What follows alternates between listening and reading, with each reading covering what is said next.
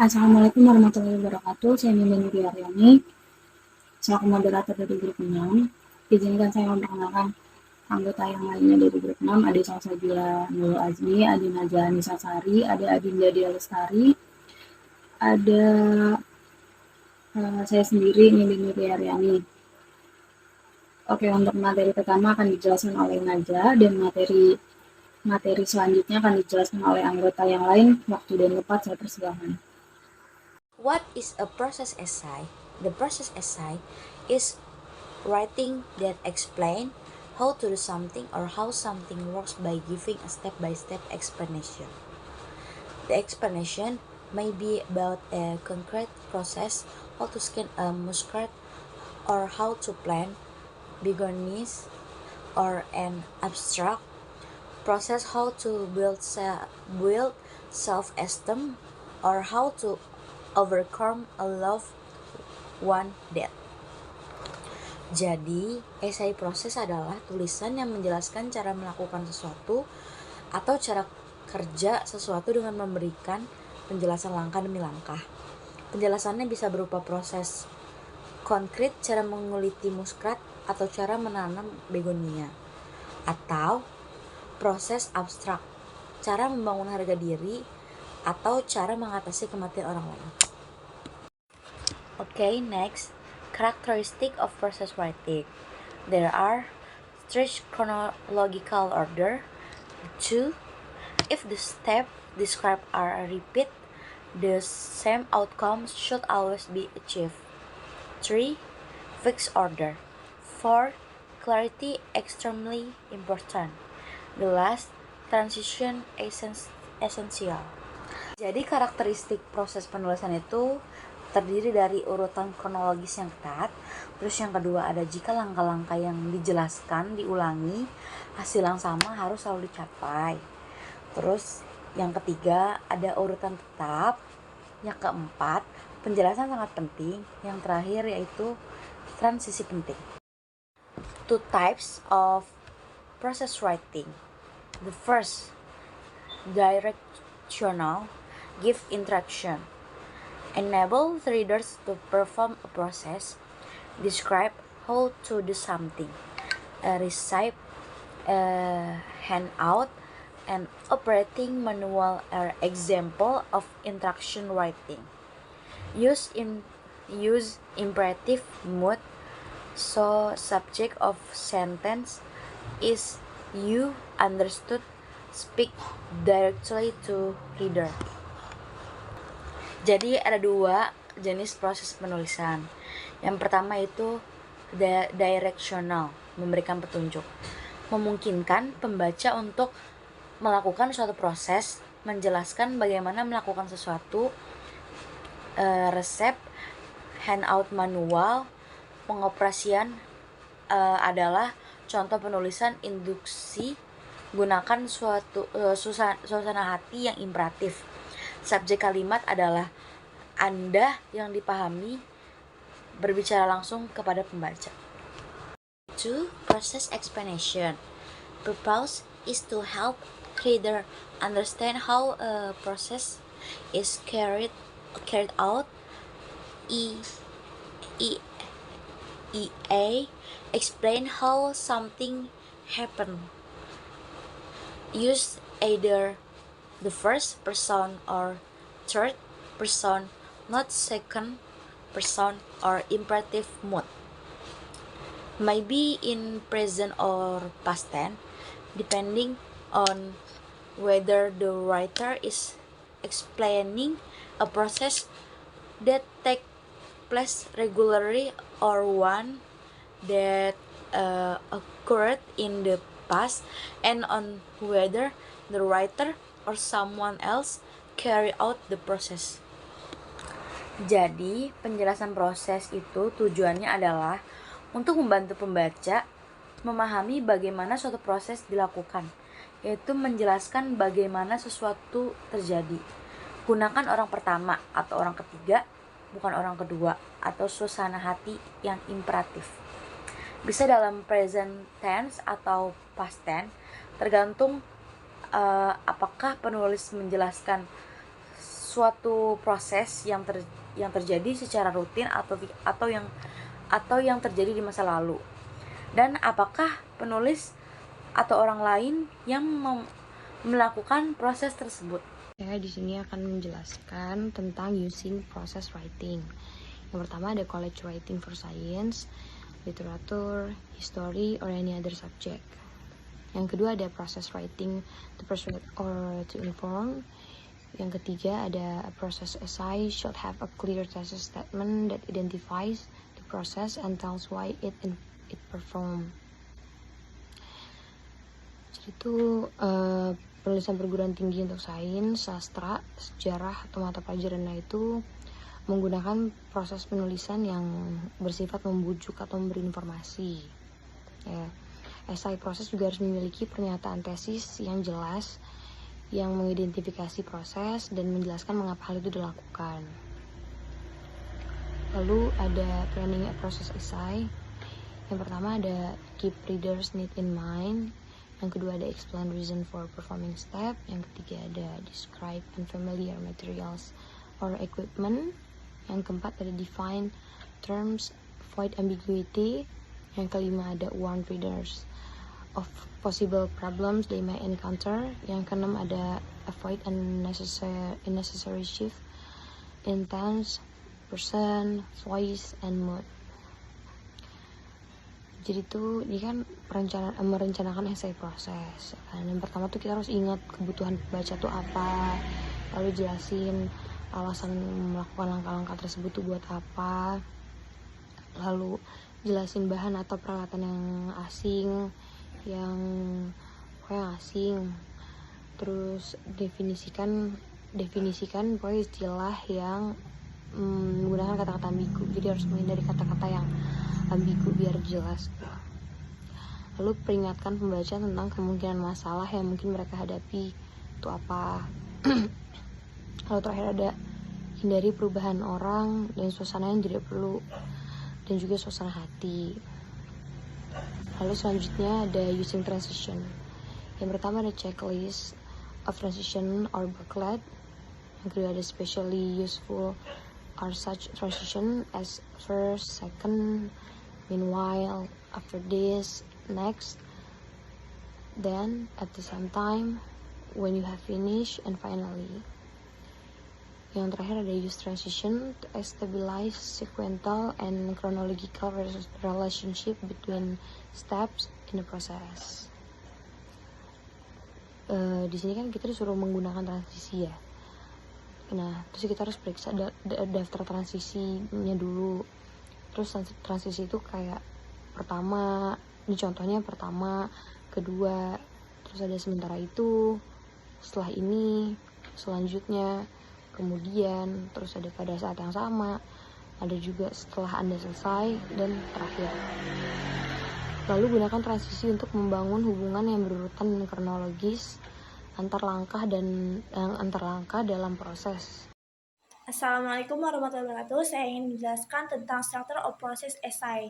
Di situ ada introduction, ada introduce your topic in interesting way, present your thesis statement, identifies the process and indicates why and under what circumstances it is performed.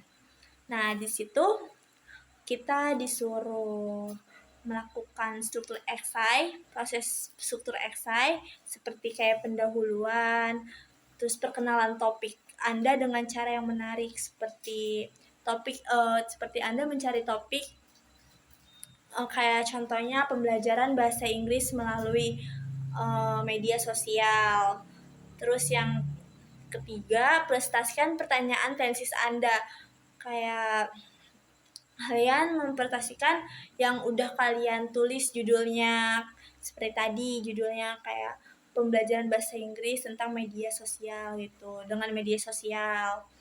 Terus yang keempat, mengidentifikasikan proses dan menunjukkan alasan dan kondisi apa proses tersebut dilakukan.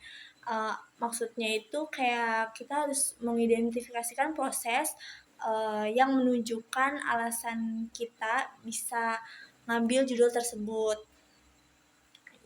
gitu. Terus dan yang kedua, Dan yang kedua itu ada structure of process essay. Jadi di situ ada body of essay, one measure state of the process in each body paragraph. Each stage might involve several steps. Your body should be like this. Di situ juga ada tahap-tahapnya. Dan di situ buat struktur esai proses juga lanjutan yang tadi. Di situ juga ada badan esai. Badan esai itu seperti kayak isi sebuah dari rangkuman yang ada di judul atas atau pendahuluan. Terus yang kedua itu satu tahap utama proses dalam setiap paragraf isi. Terus yang ketiga ada setiap tahap mungkin melibatkan beberapa langkah. Langkahnya kayak seperti isinya itu seperti kayak kalimat topik itu kayak ada ide utamanya. Terus yang kedua ada detail pendukung itu kayak seperti contoh, fakta, statistik atau cerita pendek dari judul yang di atas.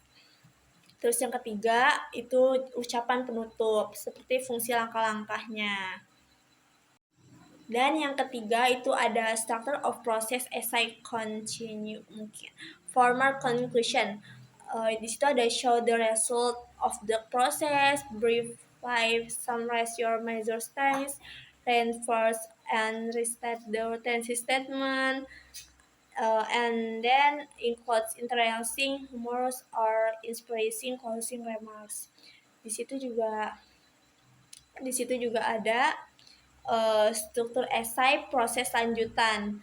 Kayak lanjutan esai kan pasti suka ada kesimpulan ya. Kesimpulannya tuh harus resmi sesuai dengan judul-judul, sesuai dengan pendahuluan atau isi-isi yang udah kalian ituin. Kayak tunjukkan hasil prosesnya gimana. Terus situ juga ada ringkas secara singkat tahapan-tahapan utama Anda. Terus memperkuat dan menyatakan kembali pertanyaan tensies. Terus cantumkan kata penutup yang menarik, lucu, dan menginspirasi. Kayak seperti pantun ya kan penutupnya. Terus entah kata-kata bijak atau kata apa gitu. Dan yang terakhir ada revising checklist for a process essay. Di situ juga ada revisi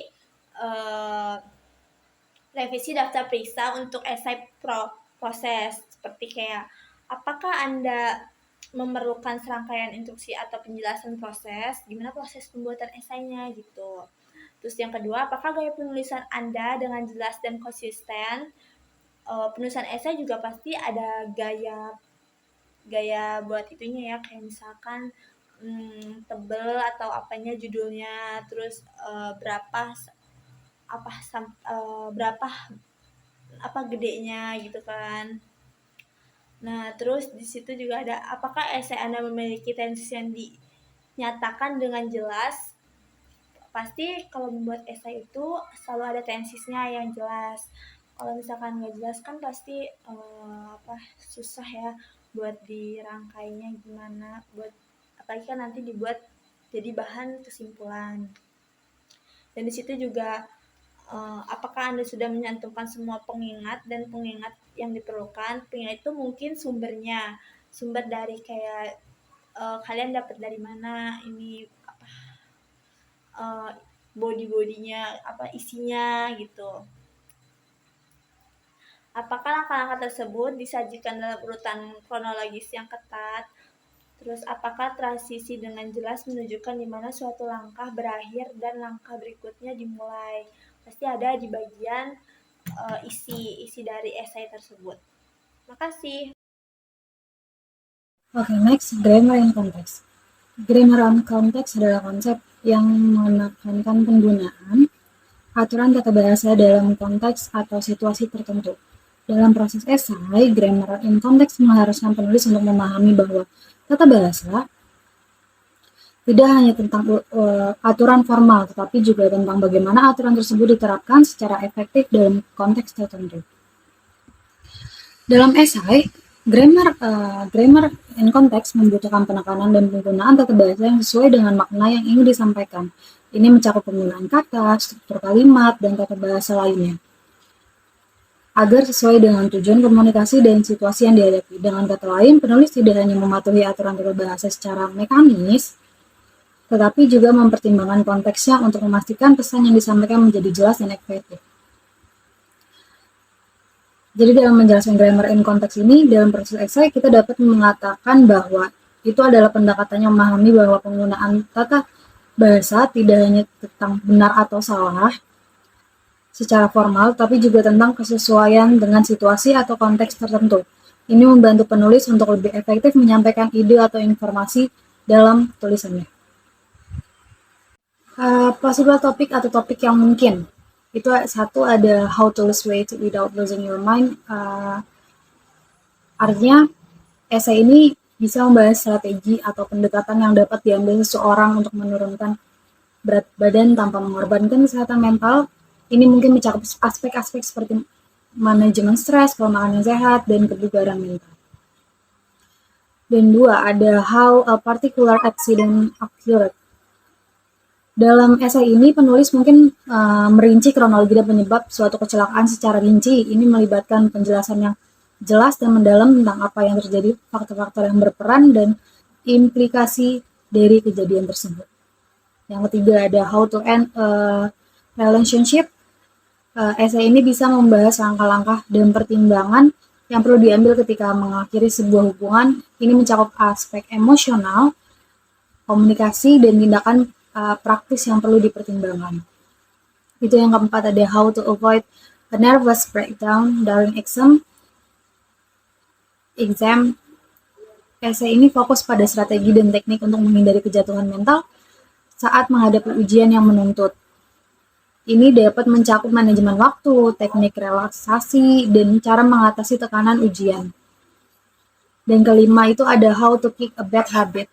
Esai ini membahas proses mengatasi kebiasaan buruk. Ini melibatkan pemahaman psikologis di balik kebiasaan tersebut, langkah-langkah praktis untuk mengubahnya, dan upaya untuk mempertahankan perubahan positif. Dalam semua kasus ini, pembuatan esai memerlukan penguraian rinci dari pemikiran reflektif untuk menyajikan informasi dengan cara yang menarik dan informatif. Penulis perlu mempertimbangkan struktur esai, penggunaan detail, dan pemilihan kata yang tepat untuk mencapai dampak yang diinginkan. Selanjutnya, in-class process writing exercise. Look at the photograph to the right. How is the jack-o'-lantern different from the pumpkin from which it was carved? List the steps involved in the process of carving a pumpkin into the jack-o'-lantern. Where does the process begin? Where does it end? What caution and reminders might be helpful to someone who has never met a jack-o'-lantern? Next slide, journal entry. Write a set of instructions for someone who has never met a jack-o'-lantern. Using comments and present tense, explain each step in the order in which it occurs, including all necessary caution and reminders. Thank you. Sekian presentasi dari kami. Maaf jika ada kesalahan atau pengucapan kata. Wassalamualaikum warahmatullahi wabarakatuh.